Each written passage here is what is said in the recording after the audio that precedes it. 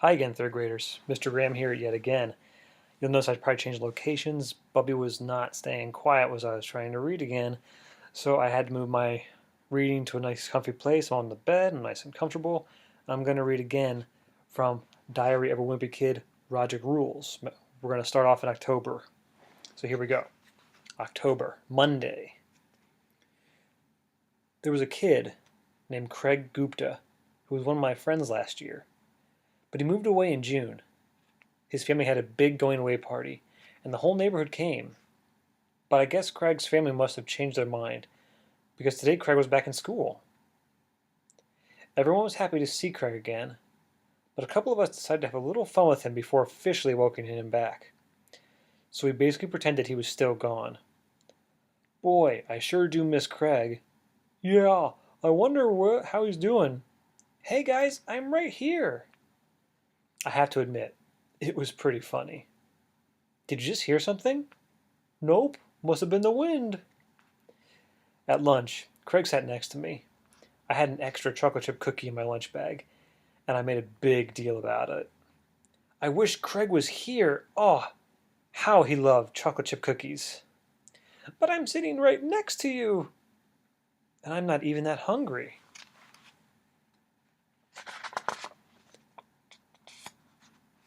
Okay, so maybe that one was a little cruel. I guess we'll probably let Craig off the hook tomorrow. But then again, this invisible Craig thing could turn out to be the next PU. Tuesday. Okay, so the invisible Craig's joke is still going on, and the whole class is in on it now. I don't want to get too far ahead of myself or anything, but I think I might have class clown in the bag for dreaming this one up. In science, the teacher asked me to count the number of kids in the classroom so she'd know how many pairs of safety goggles to get out of the closet. So I made a big show of counting everyone in the room, except Craig. 34, or 33, 34. There are 34 people in this class. Well, that really set Craig off. He got up and started yelling, and it was really hard to stare straight ahead and act like he wasn't there. I am a human being too!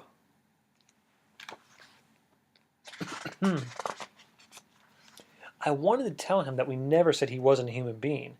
It's just that he's invisible. But I managed to keep my mouth shut. Before you go and say I'm a bad friend for teasing Craig, let me just say this is in my own defense. I'm smaller than about 95% of the kids at my school. So when it comes to finding someone I can actually pick on, my options are pretty limited. And besides, I'm not 100% to blame for dreaming up this idea. Believe it or not, I got the idea from Mom.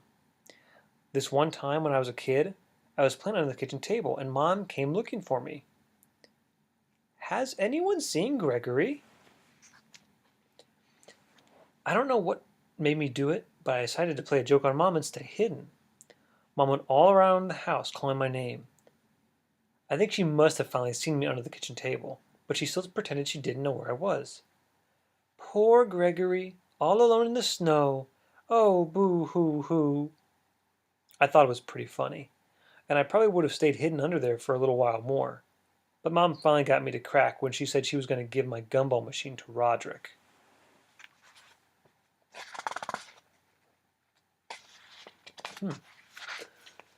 So if you want to point fingers on the invisible Craig joke, you know who's really to blame. Thursday.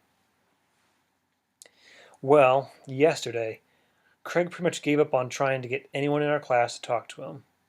But today, he found our weakness. Rowley, do you think I exist? Nope, I can't even hear you or see you. I forgot all about Rowley. When the joke first started up, I made sure to keep him away from Craig, because I had a feeling Rowley would blow the joke. But I guess I kind of got too cocky and let my guard down. Craig started working on Rowley at lunch, and he came really close to getting him to crack. If you say I exist, this corn dog is yours. I could tell Rowley was about to say something, so I had to act quick. I told everyone there was a floating corn dog hovering above our lunch table, and I plucked it out of the air and ate it in 2 bites. So thanks to my quick thinking, we were able to keep the joke going. Not as good as the regular kind of corn dog, though. But that really made Craig mad.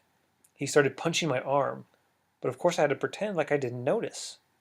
And let me tell you, that wasn't easy to do. Craig might be small, but that kid can really punch. Is there a flea breathing on me? Because it feels like a tiny little flea is breathing on me. Punch, punch. Friday. Well, I guess Craig must have complained to a teacher about my little joke, because today I got called down to the front office. When I got to Vice Principal Roy's room, he was pretty mad. He knew all about how I started the joke, and he gave me a speech about respect and decency and all that. But luckily, Mr. Roy got one crucial fact wrong, and that was the identity of the person we were playing the joke on. So that made the apology a whole lot easier. I am deeply sorry, and now I do indeed admit that you exist, Sharif. And you can say, this is a good illustration. Not the right person. It's supposed to be that person. Mr. Roy seemed pretty satisfied with my apology, and he let me go without even tacking on an attention. I've always heard that when Mr. Roy is done chewing a kid out, he sends him off with a pat on the back and a lollipop. And now I can tell you firsthand that it's true.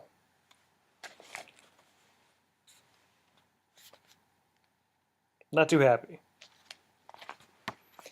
Saturday. Excuse me. Rowley's birthday party is tomorrow, so Mom took me to the mall to get him a gift. I picked out this cool video game that just came out, and I handed it to Mom so she could pay for it. But Mom said I had to buy it with my own money. I told Mom that first of all, I have zero money. And second of all, if I did have any money, I wouldn't be wasting it on Rowley. Mom didn't seem too happy with that. But it's not my fault I'm broke. I actually had a job this summer, but the people I worked for stiffed me, so I didn't earn in a single penny. We have these neighbors named the Fullers, who lived a few doors up, and they go away on vacation every summer. They usually leave their dog, Princess, in the kennel, but this year they told me they'd pay me $5 a day to feed Princess and take her out. I figured I'd earn enough to buy a whole pile of video games with that kind of money. But I guess Princess is gun-shy about going to the bathroom in front of strangers.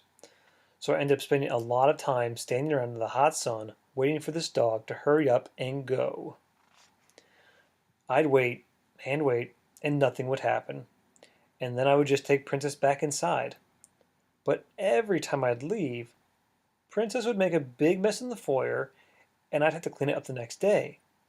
Towards the end of summer, I got smart and realized it would be a whole lot easier to just clean up all of Princess's messes at once, instead of doing it every single day. So I'd feed her and let her do her business on the foyer floor for about 2 weeks. Then the day before the Fullers were due back, I headed up the hill with all my cleaning supplies. But guess what? The Fullers cut their trip short and got home a day early.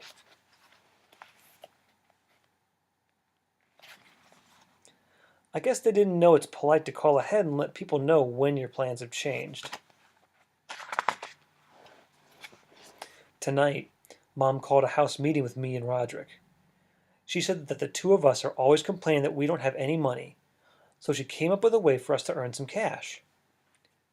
Then she pulled out some play money she must have dug up out of a board game, and she called the money Mom Bucks.